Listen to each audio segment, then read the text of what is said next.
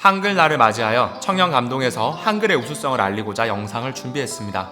한글이 위대하다는 말들은 많은데 어떤 부분에서 위대한지 4가지 부분으로 나눠 말해보겠습니다. 첫 번째, 규칙성. 한글은 정말 쉽습니다.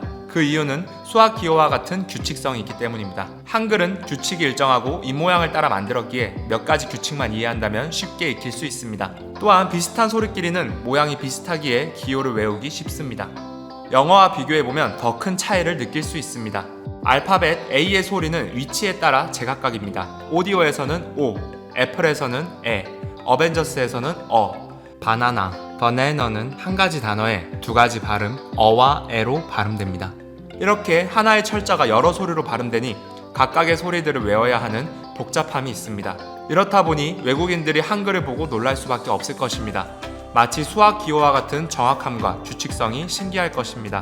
이러한 한글의 규칙성과 정확성은 대한민국의 문맹률을 세계 최고로 낮추는 데 큰 이바지를 하였습니다.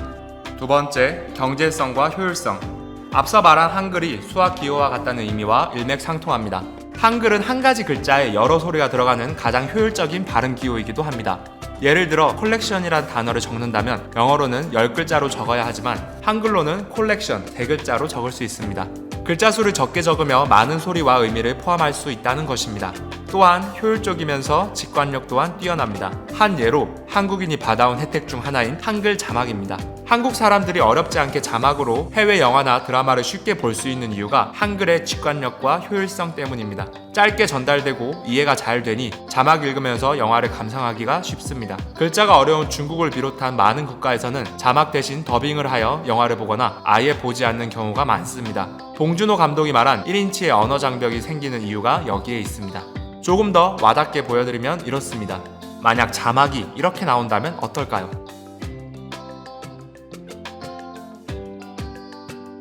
자막 읽기가 너무 싫을 것 같습니다. 글자가 옆으로 적힌 영어의 경우에는 글을 이해하기 위해 많은 집중력을 요구하게 됩니다. 또한 작은 차이로 뜻이 변하는 단어가 많기에 자막을 읽는데 큰 에너지가 요구될 것입니다. 외국인들이 해외 영화를 보지 않는 이유가 이와 같은 불편함 때문일 것입니다. 반면 우리는 한글의 효율성 덕분에 해외 컨텐츠와 문화를 손쉽게 받아들일 수 있었습니다. 한글의 효율성과 직관성은 대한민국의 문화산업이 발달하는데 큰 역할을 했다고 생각됩니다. 여러 문화를 쉽게 접할 수 있었고 그 문화를 새롭게 발전시키기 쉬웠기 때문입니다. 한 예로 영화 인터스텔라를 말할 수 있습니다.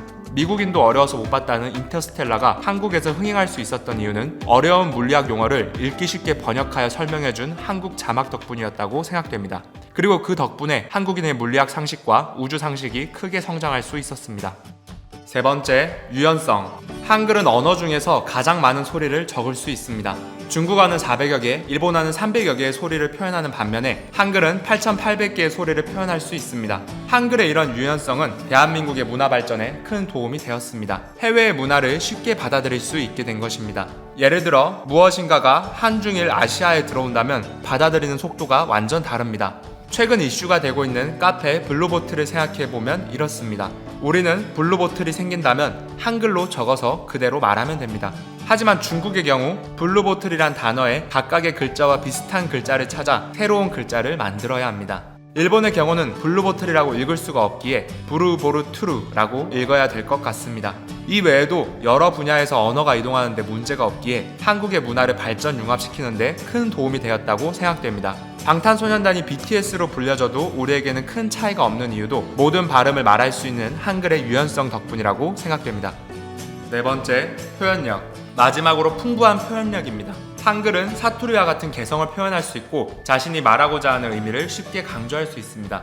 우리는 문자를 주고받으면서도 이 사람이 어떤 감정을 느끼고 어떤 말투로 말하는지 알 수 있습니다. 그러면서도 의미가 잘 전달될 수 있습니다. 그래, 그랩, 그랭, 구랩, 꾸랩. 이러한 한글의 표현력은 온라인 시대에 서로를 이어주는데 큰 역할을 했다고 생각됩니다. 한국 네티즌의 문화 중 하나로 댓글을 구경하는 문화가 있습니다. 같은 뜻이라도 사용자에 따라 조금씩 변형되는 한글의 표현력에서 오는 즐거움이 있기 때문이라고 생각됩니다. 한글을 통한 자유로운 교류는 온라인 소통이 중요해진 지금 큰 자산이 될 것입니다. 끝으로 저는 한글이 세계를 이어주는 글이 될 것이라고 생각됩니다. 배우기 쉽고 모든 문자에 적용할 수 있고 BTS를 비롯한 한국의 문화를 더욱 가깝게 느낄 수 있는 매력적인 글자이고 한중일 동아시아의 문화를 모두 체험할 수 있는 한국의 글자이기도 합니다. 최근 한류가 흐르는 국가들 사이에서 한글을 배우고 있고 한국 컨텐츠를 즐기는 국가에서 자연스레 한국어를 접하고 있으니 이러한 한류가 지속된다면 아시아의 공용어가 한글이 될 수 있겠다는 생각을 해봅니다. 언젠가 한글만으로 세계 여행을 다닐 수 있는 날이 찾아올 것 같습니다.